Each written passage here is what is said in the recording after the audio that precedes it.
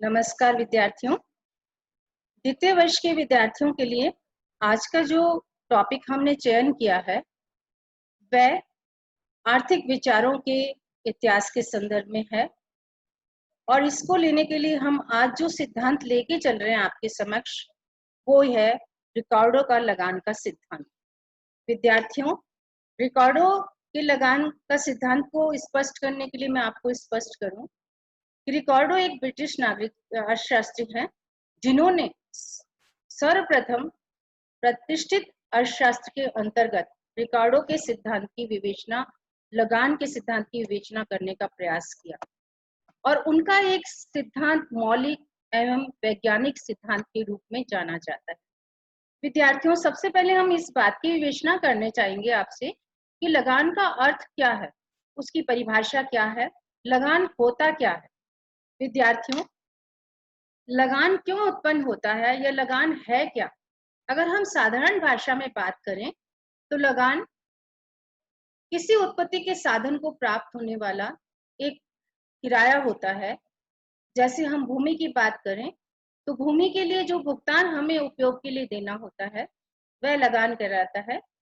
एक फैक्ट्री में किसी स्थान को हम क्रय करते हैं या वहां हमारा उद्योग हम प्रारंभ करते हैं तो उसके लिए हमें जो भुगतान करना होता है साधारण भाषा में हम उसे लगान कहते हैं। और लगान उत्पन्न क्यों होता है विद्यार्थियों? क्योंकि उस साधन की पूर्ति जो होती है वो बेरोजगार पाई जाती है, स्थिर मात्रा में पाई जाती है, इसलिए उसके भुगतान के लिए हमें लगान देना। जब हम इन अर्थों में साधारण भाषा में बात करते हैं विद्यार्थियों, तो हमारे समक्ष जो लगान की अवधारणाएं दी गई विभिन्न अर्थशास्त्रियों के द्वारा, उसमें हमने प्रतिष्ठित अर्थशास्त्र की आज विवेचना की है और उसमें भी रिकार्डो के लगान के सिद्धांत की विवेचना हम कर रहे हैं। लगान शब्द को रिकार्डो ने जब परिभाषित किया तो उन्होंने भूमि को आधार बनाया और वो ये मानते हैं कि भूमि की पूर्ति क्योंकि अर्थव्यवस्था में सीमित मात्रा में पाई जाती है, इसलिए जब भूमि का उपयोग उत्पादन में किया जाता है, कृषि हेतु किया जाता है, तो ऐसी स्थिति में भूमि के स्वामी को जो प्रतिफल हम देते हैं वो लगान कहलाता है। रिकार्डो के अनुसार यदि मैं बात करूं तो रिकार्डो ये कहते थे कि लगान भूमि की उपज का वह भाग है जो भूमि की मौलिक और अविनाशी शक्तियों के लिए भूस्वामी को दिया जाता है। विद्यार्थियों, भूमि की मौलिक शक्ति क्या हुई? उसकी फर्टिलिटी। उसकी फर्टिलिटी जितनी अधिक होगी उतना ही लगान अधिक बनेगा और जो उसकी उर्वरा शक्ति है उसको बेस बनाया, आधार बनाया रिकार्डो ने और उन्होंने कहा कि इस आधार पर यदि कोई भी व्यक्ति भूमि का उपयोग करता है तो भूमि के स्वामी को जो लगान देता है, जो पारितोषिक देता है या जो भुगतान करता है वो अर्थशास्त्र के अंतर्गत लगान कहलाता है। इन अर्थों में उन्होंने जो उपयोग किया वो भूमि के लिए उपयोग किया और भूमि का भुगतान मान करके वो चलते थे।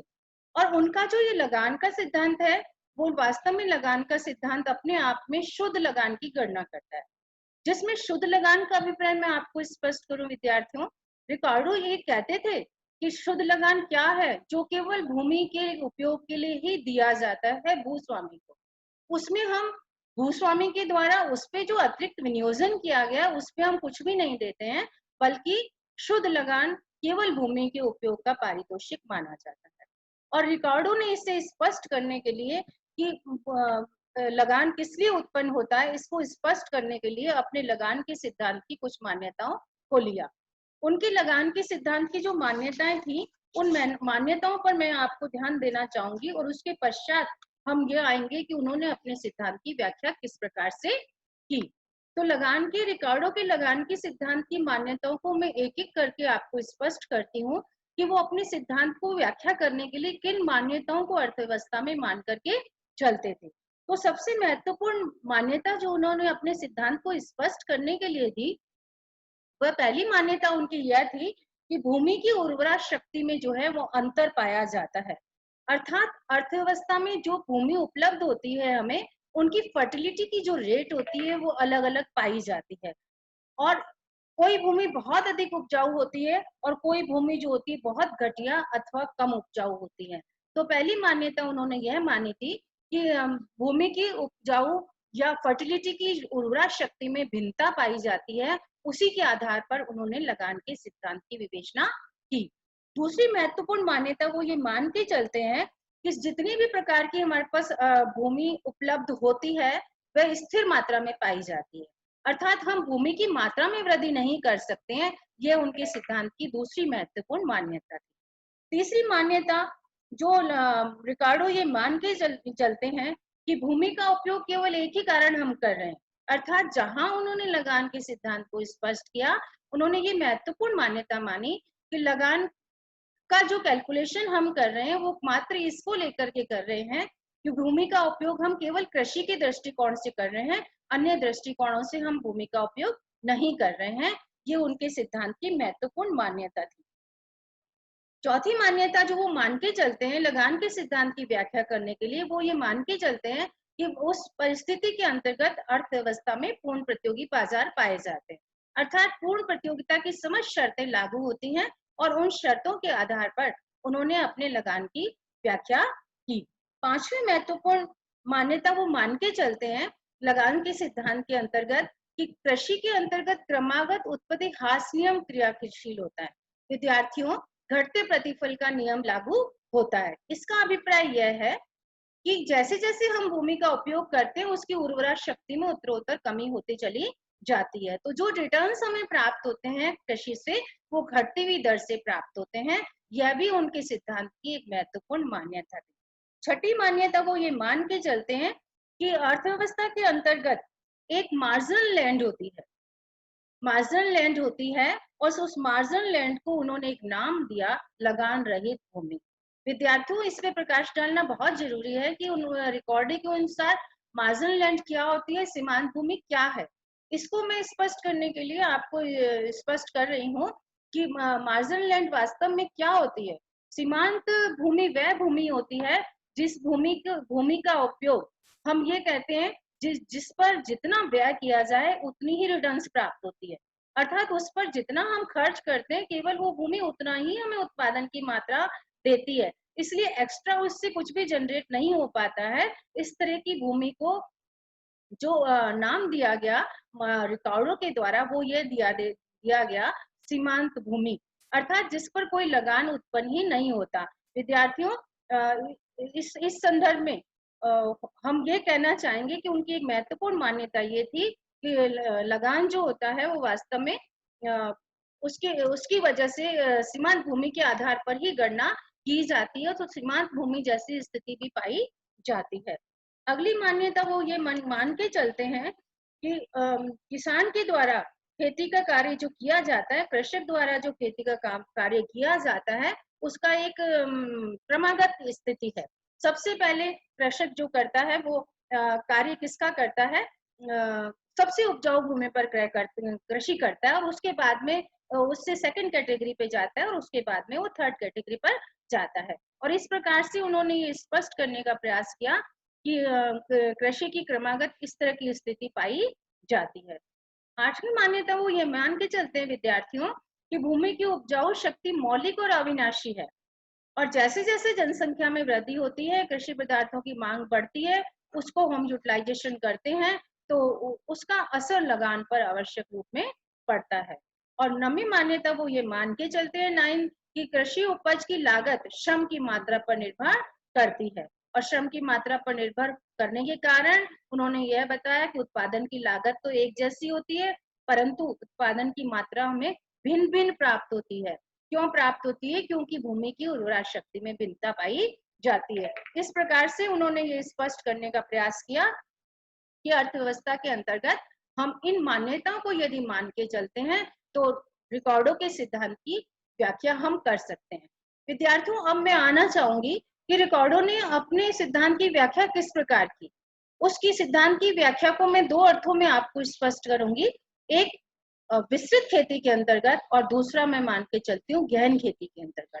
जब विस्तृत खेती की बात कर रही हूँ तो पहले आप इमेजिन कीजिए विद्यार्थियों, मैं आपके मस्तिष्क में एक बात डालना चाहूंगी कि रिकार्डो का जो सिद्धांत था उस सिद्धांत के अंतर्गत उन्होंने यह कल्पना की थी, एक ऐतिहासिक क्रम की कल्पना की थी कि सबसे पहले जो कृषि की जाती है वह सबसे अधिक उपजाऊ भूमि पर की जाती है। और वो ये कहते हैं ऐसी भूमि क्या होती है, ए श्रेणी की भूमि कहलाती है। और जब प्रारंभ में हम कार्य प्रारंभ करते हैं कृषि का, तो वो कहते हैं प्रकृति काफी लिबरल होती है हमारे पास में, और जितनी अर्थव्यवस्था में जनसंख्या होती है उसी के अनुसार अर्थव्यवस्था में भूमि उपलब्ध हो जाती है। तो प्रथम श्रेणी पर किसी तरह का लगान उत्पन्न नहीं होता, क्योंकि जो भी व्यक्ति कृषि करना चाहते हैं वो इतनी पूर्ति यथावत अर्थव्यवस्था में उपलब्ध होती है रिकॉर्डों के अनुसार कि सभी को ए श्रेणी की भूमि उपलब्ध हो जाती है और सभी व्यक्ति उस पर कृषि करते हैं। इसलिए ए श्रेणी की भूमि पर किसी तरह का लगान नहीं देना पड़ता। आगे उन्होंने स्पष्ट किया जैसे जैसे जनसंख्या की वृद्धि होती है, वृद्धि के परिणाम स्वरूप ए श्रेणी की भूमि लगभग अपर्याप्त हो जाती है अथवा खत्म हो जाती है। तब क्रमागत ऐतिहासिक के अनुसार उनका यह मानना था कि लोग अब बी श्रेणी की भूमि पर कृषि करना प्रारंभ कर देते हैं। और जब वो बी श्रेणी की भूमि पर कृषि करते हैं तो उसकी उर्वरा शक्ति में भिन्नता के कारण जितने साधन वो लगाते हैं उसमें उससे जो उत्पादन उन्हें प्राप्त होता है वो वास्तव में ए श्रेणी की तुलना में कम प्राप्त होता है। और जब ए श्रेणी की तुलना में कम प्राप्त होता है तो उत्पादन की मात्रा जो हमें प्राप्त होती है वो कम प्राप्त होती है। फिर उन्होंने ये स्पष्ट किया यदि जनसंख्या और बढ़ जाती है तो व्यक्ति कृषक जो होते हैं वो बी श्रेणी की, क्योंकि भूमि अपर्याप्त हो जाती है उपलब्धता में, इसलिए वो सी श्रेणी की भूमि पर चले जाते हैं और सी श्रेणी की भूमि पर कार्य करना प्रारंभ करते हैं। धीरे धीरे सी श्रेणी की भूमि खत्म हो जाती है तो वो डी श्रेणी की भूमि पर चले जाते हैं। इस डी श्रेणी की भूमि को उदाहरण के अनुसार उन्होंने माना सीमांत भूमि। वह सीमांत भूमि ऐसी थी जहां पर वो जितना लगाते हैं उतना ही प्रतिफल मिलता है, इसलिए उन्होंने कहा वहां लगान समाप्त हो जाता है। अब मैं आपको कैलकुलेशन पार्ट पे आना चाहती हूँ कि यदि विस्तृत कृषि के अंतर्गत हम लगान की गणना करते हैं तो हम लगान की गणना रिकॉर्डो के अनुसार कैसे करते हैं। रिकॉर्डो ये कहते हैं कि सुपीरियर लैंड का और इंफीरियर लैंड का जो जो हमारे पास में अंतराल प्राप्त होता जाता है उपज का, वही उसका लगान बन जाता है। जैसे मैं आपको स्पष्ट करूं, ए श्रेणी की भूमि की बात करें तो हम लगान की कैलकुलेशन कैसे करेंगे। हम उसकी सीमांत भूमि से जो उपज है उसको लेंगे, ए श्रेणी की उपज को लेंगे जो सबसे सुपीरियर है, ए श्रेणी की उपज में से सीमांत भूमि की उपज को हम घटाएंगे तो जो प्राप्त होगा वो क्या होगा, बी श्रेणी को प्राप्त होने वाला लगान। बी श्रेणी की उपज को डी श्रेणी में से घटाएंगे, वो पता प्राप्त होगा सी श्रेणी का लगान। और इसी तरह से सी श्रेणी को क्या मिलेगा, डी श्रेणी में से माइनस करेंगे और अंत में हम कहते हैं डी श्रेणी ऐसी श्रेणी है हमारी कृषि की उपज की जहां पर लगान शून्य हो जाता है। इसी बात की विवेचना मैंने एक गणितीय उदाहरण के द्वारा आपको स्पष्ट की है, किस तरह से हम लगान की प्राप्ति कर सकते हैं। अब मैं यहाँ पे आपको गणित से समझाना चाह रही हूँ रेंट एंड एक्सटेंशन कल्टीवेशन, यानी विस्तृत कृषि के अंतर्गत हम लगान कैसे प्राप्त कर सकते हैं। यहाँ मैंने एक टेबल ली है विद्यार्थियों आपको समझाने के लिए, जिसमें वो मैं ये कह रही हूँ कि ग्रेड ऑफ लैंड हमने जहाँ मार्क किया है, यानी भूमि की विभिन्न श्रेणियां कैसी हैं, ए बी सी और डी। और दूसरे कॉलम में मैंने आपको लिया है यील्ड पर एकड़, कि प्रत्येक श्रेणी से ए ग्रेड की भूमि से कितनी हमें उपज प्राप्त हो रही है, बी से कितनी, सी से कितनी और डी से कितनी। और उसके पश्चात मैंने सी कॉलम में आपको ये लिया है कि हम उसके लगान की गणना कैसे कर रहे हैं। तो विद्यार्थियों सबसे पहले मैं ये आती हूँ ग्रेड ऑफ ए लैंड, एक श्रेणी की जो भूमि है उस पर जो हम श्रम की मात्रा लगाते हैं तो हमें 60 पर एकड़ उपज की प्राप्ति होती है। और ऐसी स्थिति में क्योंकि ए श्रेणी की भूमि जो है वो पर्याप्त मात्रा में उपलब्ध है, तो ऐसी स्थिति में हम ये कहते हैं कि सभी के द्वारा उसका उपयोग किया जाता है। और जो डी श्रेणी की भूमि है रिकॉर्डो उसको मान करके चलता है कि वो सीमांत भूमि है और सीमांत भूमि पर किसी तरह का लगान उत्पन्न नहीं होता है। लेकिन डी श्रेणी का जो हमें पर यील्ड जो प्राप्त एकड़ होती है वो 20 के बराबर होती है। तो मैं आपको ए श्रेणी की लगान की गणना करके बताती हूँ कि ए श्रेणी का उत्पादन हमारा 60 है तालिका के अनुसार, डी श्रेणी का जो हमारी सीमांत भूमि है उसका हमारा 20 है। तो 60 में से जब हम 20 को घटाते हैं, जो सुपीरियर और इंफीरियर लैंड का अंतर है, सर्वश्रेष्ठ भूमि और सीमांत भूमि का जो अंतर है उपज का, वह लगान बन जाता है। तो ए श्रेणी की भूमि पर विद्यार्थियों कितना लगान प्राप्त हुआ? 40 के बराबर। बी श्रेणी पर जब मैं आती हूँ तो क्योंकि उसकी उपज हमारी 50 है और उसका सीमांत भूमि का जो उपज है 20 है, इसलिए बी श्रेणी पर जो हमें लगान मिलेगा वो 30 मिलेगा, जो आपको तालिका में स्पष्ट किया गया है। इसी तरह से सी श्रेणी पर जो आपकी उपज है वो 35 है और जो आपकी सीमांत भूमि है उसकी उपज 20 है और जो लगान हमें सी श्रेणी पर प्राप्त हुआ वो 15 के बराबर प्राप्त हुआ। और डी श्रेणी पर, चूंकि मैं बार बार आपसे वो स्पष्ट कर रही हूँ कि डी श्रेणी की भूमि जो है रिकॉर्डों के अनुसार सीमांत भूमि है, जहां सीमांत भूमि पर जितना हम श्रम का साधन लगाते हैं उतनी ही उपज मिलती है, इसलिए किसी तरह का अतिरिक्त हमें प्राप्त नहीं होता, इसलिए हमें जो लगान प्राप्त होता है वो शून्य प्राप्त होता है। इस तरह से रिकॉर्डों ने विस्तृत कृषि के अंतर्गत लगान की गणना करने का प्रयास किया। विद्यार्थियों, इसी बात को मैं आपको समझाना चाहूंगी। गहन खेती के अंतर्गत हम किस तरह से लगान की गणना कर सकते हैं। गहन खेती में लगान की गणना करने के लिए हम विद्यार्थियों, गहन खेती उस खेती को कहते हैं जिसमें उत्पादन बढ़ाने के लिए भूमि के निश्चित क्षेत्र पर श्रम और पूंजी की अधिक इकाइयों का प्रयोग किया जाता है। कृषि दो प्रकार से की जाती है, एक आप क्षेत्र को बढ़ा रहे हैं, एक आप डिफरेंट क्षेत्र ले रहे हैं, एक आप उसी क्षेत्र को ले रहे हैं लेकिन वहां पर आप श्रम और पूंजी की इकाइयों का अधिक उपयोग कर रहे हैं। तो इंटेंसिव कृषि के अंतर्गत जब रिकॉर्डों ने इस सिद्धांत को स्पष्ट किया तो उन्होंने ये कहा कि भूमि की मात्रा तो निश्चित है लेकिन श्रम और पूंजी की अधिक इकाइयों का उपयोग हम कर रहे हैं और गहन खेती करने के फलस्वरूप श्रम तथा पूंजी की प्रत्येक अतिरिक्त इकाई से उपज में घटते प्रतिफल के नियम के अनुसार वृद्धि होती है। विद्यार्थियों, इसको मैं आपको इस प्रकार से स्पष्ट करना चाहती हूँ कि इस प्रकार से स्पष्ट करना चाहती हूँ कि सपोज कीजिए आपने एक क्षेत्र लिया और उस पर पूंजी और श्रम की इकाइयों को लगाया, लेकिन पहले पहले क्या होता है कि पूंजी और श्रम जो है कुशलता पूर्वक कार्य करते हैं, तो आप जो इकाइयां लगाते हैं उससे उनके वर्धमान प्रतिफल प्राप्त होते हैं, इसलिए उपज का अधिक भाग हम प्राप्त कर लेते हैं।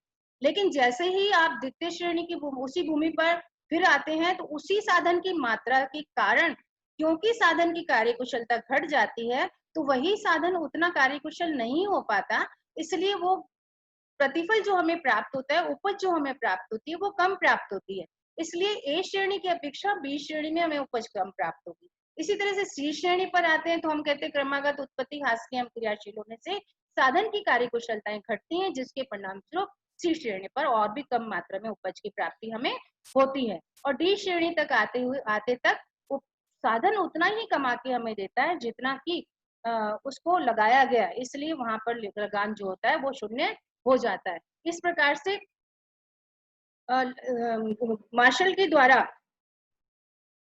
लगान की विवेचना जो की गई वो गहन कृषि के अंतर्गत भी की गई, गहन कृषि के अंतर्गत भी की गई। तो दोनों ही तरीकों से हम लगान की विवेचना जो है कर सकते हैं, चाहे हम विस्तृत कृषि की बात करें, चाहे हम उसकी बात करें, गहन कृषि की बात करें। तो इस स्थिति में एक इकाई से जो हमें ए श्रेणी में जो हमें प्रथम प्रतिफल मिलता है और जो हमें सीमांत लैंड से प्रतिफल मिलता है, उसका अंतर क्या होता है, वो वास्तव में लगान बन जाता है। इस प्रकार से रिकार्डो ने दोनों ही स्थितियों के अंतर्गत हमें विवेचना करने का प्रयास किया कि लगान के सिद्धांत को हम कैसे स्पष्ट कर सकते हैं। विद्यार्थियों, लगान के सिद्धांत की विवेचना के साथ साथ हम ये मानते हैं, हम ये लेकर के चलते हैं कि उनका ये सिद्धांत जो है वो बहुत ही विस्तृत सिद्धांत है, जिसके अंतर्गत उन्होंने स्पष्ट किया कि लगान की व्याख्याएं किस प्रकार से की जा सकती हैं। ये विस्तृत विश्लेषण था लगान के सिद्धांत का, जिसके अंतर्गत हमने दोनों ही तरह से व्याख्या की। विद्यार्थियों, अब मैं आना चाहूंगी कि रिकॉर्डो ने जो सिद्धांत दिया उस सिद्धांत की इतनी सहज रूप में व्याख्या जो की गई, इतनी सहज रूप में आधुनिक अर्थशास्त्रियों ने उसको नहीं लिया और उन्होंने लगान के सिद्धांत की जो है वो आलोचना प्रस्तुत की। पॉज करना है, आप चाहते हो मैं कंटिन्यू? कहो तो कंटिन्यू करें, कर नहीं दी तो हम तो तो कंटिन्यू ना हो। हाँ, आलोचना की एडिटिंग करा। तो हम विद्यार्थियों उपरोक्त विश्लेषण में मैंने आपको स्पष्ट किया रिकॉर्डो का लगान का सिद्धांत क्या था, कैसे हमने उसकी विस्तृत व्याख्या की, क्या मान्यताएं लेकर के चले, विस्तृत खेती के अंतर्गत हमने उसकी कैसे व्याख्या की, गहन खेती के अंतर्गत हमने कैसे व्याख्या की। इस प्रकार रिकॉर्डो ने पूर्ण प्रयास किया लगान के सिद्धांत को भूमि के संदर्भ में विवेचना करने का। विद्यार्थियों, बहुत सहज और मनोवैज्ञानिक व्याख्या की गई रिकॉर्डो के सिद्धांत की, लेकिन ऐसा नहीं था कि रिकॉर्डो की सिद्धांत की आलोचना नहीं हुई। आधुनिक अर्थशास्त्रियों ने काफी बिंदुओं को लेकर के रिकॉर्डो के सिद्धांत की व्याख्या की। उन्होंने सबसे पहले बिंदु तो इस बात का चयन किया कि भूमि की मौलिक और अविनाशी शक्तियों जैसी कोई स्थिति पाई नहीं जाती। जैसे वो ये कहते थे कि मौलिक और अविनाशी शक्तियां क्यों हैं, हम उनको बढ़ा सकते हैं उर्वरा शक्ति के द्वारा, मशीनरी के द्वारा, इंफ्रास्ट्रक्चर्स में चेंजेस के द्वारा, तो हम मौलिक शक्तियों में परिवर्तन कर सकते हैं। इस आधार पर उन्होंने रिकॉर्डो के सिद्धांत की आलोचना की। दूसरा, हम ये कहते हैं रिकॉर्डो के सिद्धांत की आलोचना इस आधार पर की गई कि उनकी जो मान्यताएं की गई थी, यह मान्यता या यह मान करके चलना कि समाज में नो रेंट लैंड पाई जाती है, अर्थात सीमांत भूमि की अवधारणा पाई जाती है। वो कहते हैं सीमांत भूमि, आधुनिक अर्थशास्त्री ये कहते हैं सीमांत भूमि जैसी कोई अवधारणा ही नहीं है। यदि कोई बंजर भूमि है तो उसको भी फर्टाइल किया जा सकता है। तो जब उसको फर्टाइल हम कर सकते हैं उर्वरा शक्ति के द्वारा, यंत्रों के द्वारा, तो नो रेंट लैंड जैसी कोई संभावना हम मान करके नहीं चलते, जैसा कि रिकार्डो अपने सिद्धांत में मान करके चलते हैं। तीसरा आलोचना उन आधुनिक अर्थशास्त्रियों ने यह की कि रेंट एंटर्स इनटू प्राइस, कि लगान जो होता है स्वतः कीमत में आ जाता है। जब हम बात करते हैं कि वस्तु की कीमत में, तो वो ये मान के चलते थे कि लगान जो है स्वतः कीमत में सम्मिलित होता है, तो अलग से रिकार्डो के सिद्धांत को या लगान के सिद्धांत को देने की आवश्यकता ही कहाँ है। ये आलोचना आधुनिक अर्थशास्त्रियों द्वारा की गई। चौथी महत्वपूर्ण आलोचना जो की गई रिकॉर्डो के सिद्धांत की, वो ये थी कि रिकॉर्डो का सिद्धांत जो है पूर्ण प्रतियोगी मॉडल पर आधारित था और पूर्ण प्रतियोगी मॉडल की मान्यताओं को मान करके चलता था। तो आधुनिक अर्थशास्त्री कहते हैं कि अर्थव्यवस्था में पूर्ण प्रतियोगिता ही तो नहीं पाई जाती, वरन एकाधिकार, अल्पाधिकार और एकाधिकारात्मक प्रतियोगिता सभी स्थितियां अर्थव्यवस्था में पाई जाती हैं। तो हम पूर्ण प्रतियोगिता की जो मान्यता है वो मिथ्या है, उनके आधार पर हम किसी सिद्धांत को सही नहीं मान सकते। ये आलोचना भी उनके द्वारा की गई। पांचवी मान्यता आलोचना वो ये करते हैं आधुनिक अर्थशास्त्री कि सभी भूमियां जो हैं वो इक्वली फर्टाइल हैं। तो इक्वली फर्टाइल है ऐसा वो मानते हैं आधुनिक अर्थशास्त्री कि फर्टाइल भूमि की उर्वरा शक्ति में भिन्नता नहीं पाई जाती। यद्यपि हम इस बात को नकार सकते हैं कि भिन्नता पाई जाती है, उर्वरा शक्ति भिन्न पाई जाती है, लेकिन उन्होंने इस आधार पर आलोचना की कि भूमि की उर्वरा शक्तियों में जो होती हैं वो भिन्नता नहीं पाई जाती, बल्कि सभी भूमियां जो होती हैं वो उपजाऊ भूमियां होती हैं। जो अन्य आलोचना की गई रिकॉर्डो के सिद्धांत की, वो ये थी उसका हिस्टोरिकल प्रेजेंटेशन। क्योंकि मैंने जहां से आपको विद्यार्थियों समझाने का प्रयास किया था वो यह था कि उन्होंने एक ऐतिहासिक कल्पना की थी। ऐतिहासिक कल्पना किन अर्थों में उन्होंने की थी? उन्होंने ये कहा, उन्होंने ये कल्पना विद्यार्थियों ये की थी कि ऐतिहासिकता के क्रम को लेकर के चलते थे। ऐतिहासिकता के क्रम का अभिप्राय क्या है? वो ये मानते थे रिकॉर्डो अपने सिद्धांत को स्पष्ट करने के लिए कि सबसे पहले अर्थव्यवस्था के अंतर्गत लोग सबसे अधिक उपजाऊ भूमि पर कृषि करने के लिए जाएंगे। उसके पश्चात जब वो भूमि समस्त खत्म हो जाएगी, जनसंख्या बढ़ेगी, तो दूसरे क्रम की भूमि पे चले जाएंगे। और यदि भी भूमि खत्म हो जाती है तो फिर जनसंख्या बढ़ेगी तो तीसरे पे चले जाएंगे।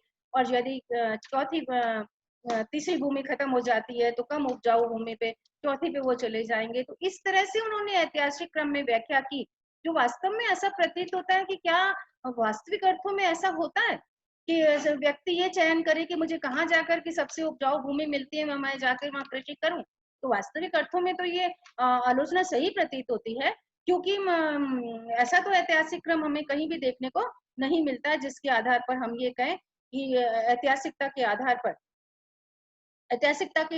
पर लगान के सिद्धांत की विवेचना की जानी चाहिए। तो इसलिए मैं ये कहूंगी ये आलोचना आधुनिक अर्थशास्त्रियों द्वारा की गई वो सही है।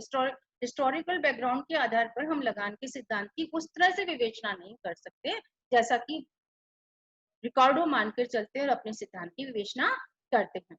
अगली जो उनकी आलोचना की गई वो इस बात को लेके गई कि उन्होंने सीमितता के सिद्धांत का उल्लंघन किया कि सीमितता का सिद्धांत तो सभी पे लागू होता है, चाहे हम कोई भी उत्पत्ति का साधन लेके चलते हैं तो स्केर्सिटी ही तो एक कारण है कि सीमित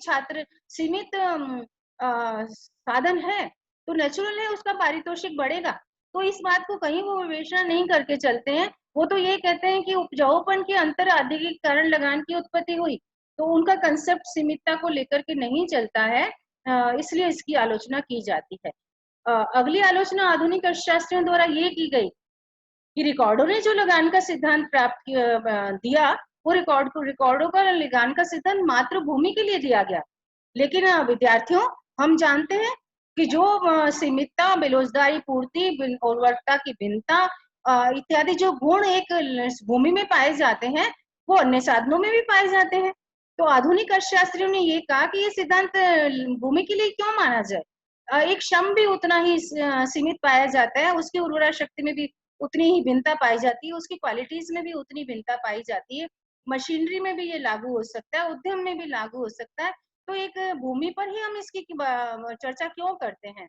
तो उन्होंने इस आधार पर भी आलोचना की आधुनिक अर्थशास्त्रियों ने। अंत में विद्यार्थियों लगान के सिद्धांत की आलोचना जो इस बात पर की गई आधुनिक अर्थशास्त्रियों के द्वारा कि हम किस तरह से मूल उपजाऊपन को लेकर के जब हम कैलकुलेशन करते हैं तो वो उसकी प्रोडक्टिविटी का मेजरमेंट मुश्किल हो जाता है, तो यथार्थ रूप में सही रूप में हम उसकी गणना नहीं कर सकते।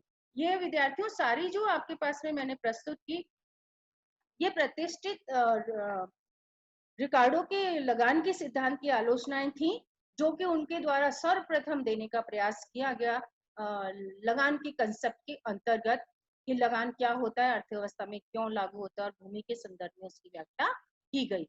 अब महत्वपूर्ण प्रश्न विद्यार्थियों यहाँ यह उत्पन्न होता है कि हम इन आलोचनाओं के आधार पर यह तो नहीं कह सकते कि रिकॉर्डो ने जो सिद्धांत दिया वो सिद्धांत यथार्थ नहीं है या अध्ययन के काबिल नहीं है या उसकी मौलिकता खत्म हो जाती है, वैज्ञानिकता खत्म हो जाती है। विद्यार्थियों नहीं, कंक्लूजन के आधार पर मैं आपको ये कहना चाहूंगी कि रिकॉर्डो का सिद्धांत जो है वो एक सिग्निफिकेंट थ्योरी है, एक अर्थपूर्ण सिद्धांत है और उसका अर्थशास्त्र के अंतर्गत महत्वपूर्ण सिद्धांत पाया जाता है।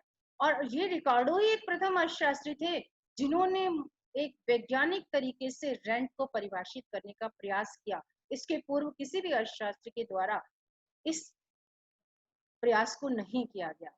और फिर भी हम ये मानते हैं यद्यपि ये थ्योरी अपने डिफेक्ट्स के कारण आलोचना की पात्र बनती है, लेकिन इसके बावजूद हम ये नहीं कह सकते कि सैद्धांतिक और व्यवहारिक तौर पर इस सिद्धांत का महत्व नहीं है।